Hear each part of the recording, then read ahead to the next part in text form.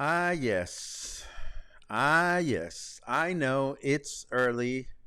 We're not supposed to start for another 5 minutes, but I figured it's Saturday and I've been ready to go for a while. So I figured we will have a little bit of too much information segment before we get started with the official program. You see, I woke up this morning at 4:15 in the morning with bad insomnia. And I figured, sometimes the body dictates, so you might as well get up. So I've been up since 4:15 in the morning. I'm a little bit, as they say in Star Trek lingo, running not on full thrusters, but we're here. The good thing about starting early is that it allowed me to accomplish all kinds of things. For example, I started the slow cooker and I made some chicken so that I could have healthy chilaquiles throughout the whole weekend. And then I prepared the broadcast for this morning, which was absolutely lovely. And we're going to have all kinds of interesting, fun things to enjoy. And then I figured I needed to make some magic brownies. So I made brownies. Ha ha ha. And I timed the brownies in such a way that I would make the batter and throw it in the oven and lick the remainder batter in time, or in such a way that I can go through the broadcast and I won't feel the happiness until after the broadcast. So here we are, just starting a little early and hoping that everybody is doing okay. What do you do for insomnia, friends? For me, it's one of the worst punishments that one could ever have. Usually, again, if I get up early, it's because the body says so. So the good thing about having insomnia today is that it is Saturday. Yes, licking brownies batter. That's the way to do it. And that's exactly what I did at exactly 10:15 in the morning today, because I know that happiness will not manifest itself for another hour. So that gives me enough time for the brownies to be ready and for me to be ready to go back to sleep. So that's the general plan. I have an event to go to this evening, and I'm going to go visit Muffin this afternoon. I want to see how Muffin is doing. So I'll go visit Muffin, then make a quick stop at the yarn shop for emergency yarn purchase. Then I will have an event that I'm going to with a friend, and then tomorrow will be a day to clean the house and stay busy and whatnot. I hope everybody's going to have some fun plans for the weekend. Let's see. Glad you're early. Sorry you lost some sleep, but you can take a nap like all us old farts. Well, Deb, I am an old fart and proud one too. So trust me, as soon as the broadcast is over, I'm going to make sure that the brownies don't overcook and I will go back to sleep. What are your plans for the weekend? Let me know in the comments. It is now, hug Muffin for us. I will be so very happy to do that. He's doing so much better. He's like 5 days away from being able to use the pool for some rehab for his arm, and it's all a good thing. So there you have it. Thank you for indulging me in this too much information segment. It's almost 10:30 in the morning, so I think we might as well have a live official broadcast. Let's make it happen.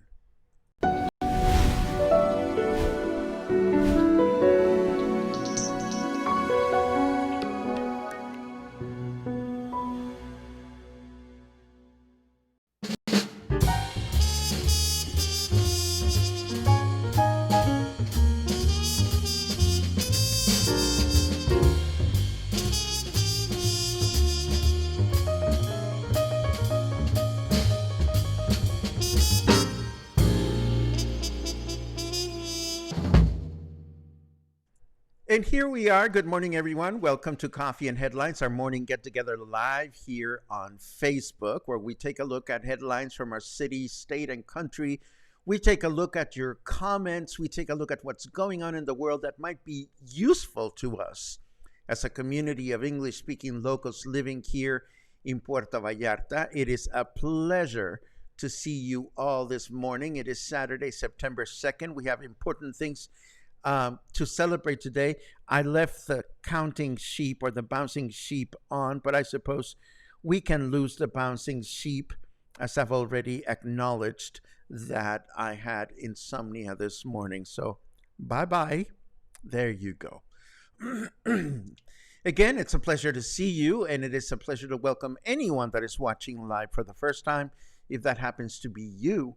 And I'm clearing my throat. I'm sorry. I promise I will mute my microphone next time I do that.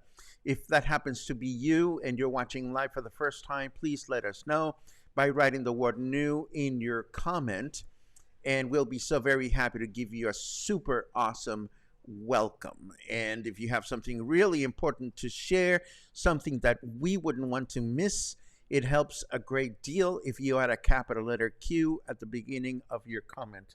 Today, the news are full of mysteries. We have mysteries and strange happenings at City Hall. I mean, wait till we get into that. And of course, today is a special celebration here in Mexico. Today is National Cocoa Day or Cacao Day. So we're going to have a little bit of a presentation that I asked PETA to put together this morning. You know, PETA is Paco's inflatable digital assistant. So we have all kinds of fun things. We might as well get the show on the road. And we start with this one, where we learn that the government of Jalisco continues improving the Los Muertos en Boca de Tomatlan piers with an 85 million peso budget from the state, along with some other money that was thrown in by the municipality. Now, these are not the only piers scheduled for improvements. I also learned that the second stage of the pier at Quimixto will begin this coming week, according to Jalisco's Tourism Secretary Vanessa Perez Lamas. Now, this one requires a little bit of context. This is Mayor Michel saying, my trucks are not involved. On the one hand, there is the fact that the Puerto Vallarta Mayor Michel's family has owned a water pipe business since before he became a mayor. And for the longest time, some people out there have speculated whether his private company has benefited from the recent water shortages throughout the municipality or not. Then this past weekend, we learned that the company that does handle water distribution through the municipality, or the company that gets called upon to rent water pipes to supply water where there are shortages, this company has no storefront, and the billing address is a private home. It is not a business. So who is the person that has received over 4.4 million pesos for leasing water pipes to the city's administration? It's not my company, says the mayor, but the identity or legal status of the ghost company that provides the service is still a mystery. That is mystery number one. Of no major consequence, but it's 4.4 million pesos. I mean, one could probably get a house with that much money. Next, as required by law, Mexico President Andrés Manuel López Obrador, or AMLO, delivered his fifth State of the Union address yesterday, and among his remarks, he announced that Mexicana de Aviación, now under new government ownership, will begin flying in November. As we mentioned before, the airline will provide domestic connections from Mexico City's Felipe Ángeles Airport and the Felipe Carrillo International Airport in Tulum to 18 destinations throughout the country. We'll keep our eyes open for special sales and whatnot. Now, look at this happy quartet. Second from the left is Jalisco Governor Enrique Alfaro, and on the far right is President López Obrador. We don't know who the other two dudes are, but they sure look like future ex-husband material to me. The three gentlemen joined our president for the very first test run of the Maya train from the San Francisco stop in Campeche to the Tella stop in Mérida. The test was very successful, as I understand. And of course, we understand that the train will be starting runs for the general public during the last month of the year. See, I'm not completely here, but I'm really here. I really am. I will go take a nap right after the broadcast. Now, mystery number 2. If you thought the identity of the owner of a water pipe truck is a mystery, wait until you hear about this one. This is Jose Luis Pelayo Barraza, who used to be the head of permits during the current administration and was removed from his job without any explanation to the public. Well, he went to City Hall during the most recent City Council meeting, and while he did not attend the meeting, he was captured by a private citizen sitting in the anteroom and suddenly pulling out chains from a bag and tying himself up. Like he went as far as putting a gag in his mouth. Then he started yelling incoherently, or so they say. Why did he do this? We have no idea. But I'll definitely keep you posted on this one. I'll keep an eye on it, if anything, out of curiosity. And of course, this is what we call life in so-called paradise. Now, moving right along, let us take a quick look at what the weather forecast has announced for us today. Snarky Weather says, who does the sun think he's looking at? I don't know what Snarky Weather's looking at. I'm looking at 29 degrees right now. Humidity at 67%. Our Fahrenheit temperature is 85. And our weather forecast for today says clear skies in the morning with thunderstorms in the afternoon, a chance of rain of 33%, a high of 32, and a low of 24. Tomorrow, Sunday, we can expect mostly clear skies in the morning with thunderstorms in the afternoon, a chance of rain of 68%, a high of 32, and a low of 25. Then Monday, we will begin the work week with partly cloudy skies in the morning with thunderstorms in the afternoon, a chance of rain of 83%, a high of 32, and a low of 25. Not bad. Let us get some rain in the schedule because we like the rain this time of year.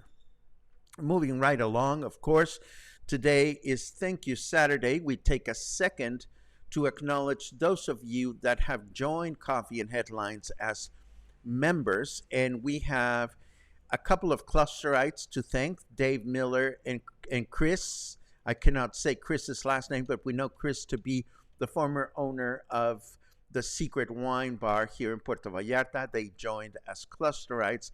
And we have a new cluster angel who is Mary Fleming. We want to thank you all for your support here at Coffee and Headlines. You make a huge difference. You make things happen. And of course, we also have our community partners, which we selected 5 of them at the beginning of this current year. Well, not this current year, but we decided to keep them for a year. And we have Apache's Martini Bar, Best Cord Cutting TV, Hotel Mercurio, Bistro Mercurio, and Joint Co-working Hotel to thank. These are 5 local businesses that I hope you'll take some time to visit and support. They contribute to the financial well-being of our broadcast and allow us to keep our bills in check and to keep investing in gear whenever we have to. We are very, very grateful for that. Moving along, should you choose to join the state of Jalisco's police force, do not let anyone find you sleeping on the job while wearing the uniform and with your mouth wide open. This lovely cop was busted taking a nap and was captured by a passerby who quickly took a video and posted it to social media. Not good. Given the problems our state has been facing with increasing violence, the comments were not at all favorable, and the incident quickly made national news. So, bad for the cop. He has been identified and he has been disciplined. Don't let this happen to you. And here's another little mini mystery that I want to share with you. Some people say it is a myth. Other folks claim it's the truth. But first, a bit of context, and we'll get into this later on in the month. Mexico's independence began when a priest by the name of Miguel Hidalgo gave the so-called Cry of Dolores, inviting rebels to join him on his crusade against the Spanish crown. He stood outside his church, he rang the bells, and he invited everyone to start the fight for independence. This event took place on September 16, 1810 at dawn, and the official holiday is observed on the 16th. So you may be wondering, why do we reenact the Cry of Dolores nationwide the night before, on September 15, and not on the night of September 16? Some people say this tradition dates back to 1824, while others claim that it was Mexican president and dictator Porfirio Diaz who decided that we should celebrate the Cry of Dolores the night before. Why? Because it coincided with his birthday. So is it a fact? Is it a myth? We really don't know, but it sure makes for a fun story. Now, yesterday was September 1st. I gave you a handful of important dates that are important throughout the month. There are other dates that have to do with Mexican independence celebration, but I failed to mention, well, I didn't fail to mention, I just wanted to spread the information through a number of days. There's another date in September that frankly gives Mexico the chills, and that is September 19. Why does this day give us the chills? Well, it has to do with earthquakes. You see, on September 19, 1985, a catastrophic 8.1 earthquake shook Mexico City, resulting in one of the worst disasters ever in our country. Then on 2017, same date, a 7.1 earthquake was felt throughout the states of Puebla and Morelos. Then on September 19th of 2022, a 7.7 earthquake was felt in the state of Michoacán.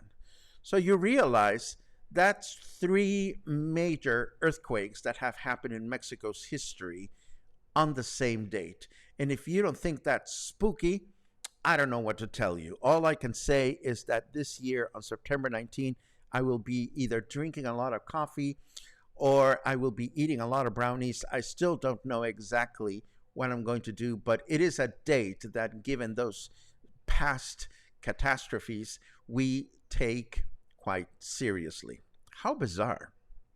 There's even articles out there that try to explain why Mexico has so many earthquakes on September, but I don't think there's much scientific basis behind that. Last but not least, I want to let you know that today, Mexico celebrates National Cacao Day, so I asked PETA to put a little something together. Of course, I would have narrated this myself, but PETA noticed that I was a little loopy this morning due to the lack of sleep, so he quickly volunteered for the task. So PETA, take it away. Thank you, Paco. Here's the story. Mexico celebrates National Cacao Day on September 2nd. Here are some interesting facts about this popular bean. Cacao has been around for thousands of years. Residues on pottery in Ecuador suggest that the plant was consumed by humans as early as 5,000 years ago. Cacao was widely cultivated more than 3,000 years ago by the Maya, Toltec, and Aztec peoples, who prepared a beverage using cacao beans.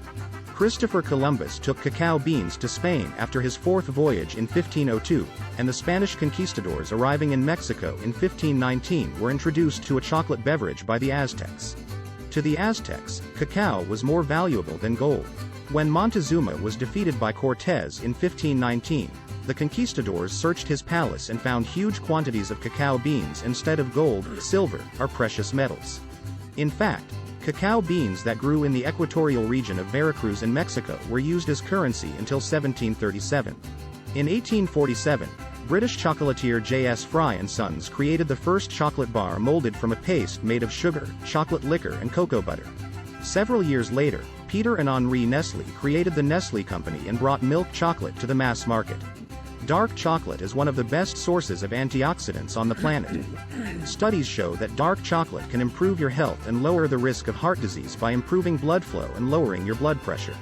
Cacao may also significantly improve cognitive function in elderly people with mental impairments and improve verbal fluency. The Swiss consume more chocolate per person than any other nation, at 22 pounds per person.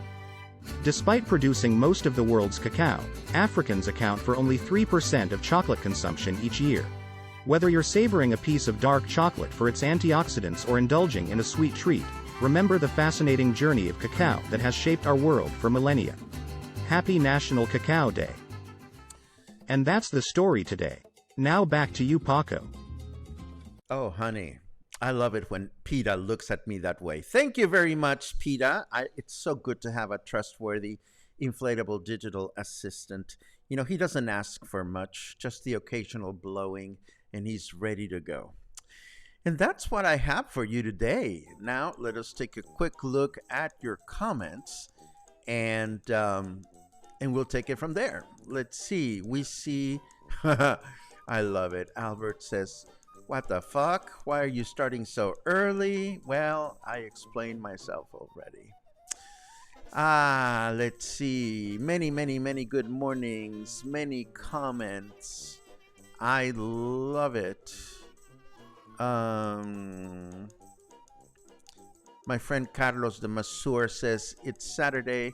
It's envelope day. Well, I don't know what you mean by that, papacito, but I could use a massage, and I think I'm going to reach out to you. Carlos Bello has his own spa on Insurgentes, not on the city side, but just as you start the highway, as you turn onto the highway from Basilio Vadillo. He is a great masseur and a super nice guy. If you want more information about Carlos, please write the word massage, and I will give you all the information you need. Let's see what else we have. Many hellos, many hellos. Oh, yeah. A day of margaritas is in order with the passing of Jimmy Buffett. Well, I don't know about margaritas, but it's going to be brownies for me. Are there ghosts on the City Hall? I have no idea, Angelica, but some really weird stuff happens there. Lars! Oh, it's so good to see you, papi. Lars is hanging out with dear friends David and Scott in Cuyutlan, which is in the state of Colima, south of Puerto Vallarta. I hope you have a fabulous time off and that your drive back to the city is uneventful. Let's see what else we have. Logan makes an editorial comment on his well-being. Good for you, Muffin. Good for you. I am so happy that you'll be able to get a dip in the pool sooner than I thought. Yay. Let's see. Christy says my favorite pastime. I don't know what that refers to, but if that refers to brownies or chocolate, maybe that's why we have things in common. Let's see what else we have. Looking for cues. I don't see cues.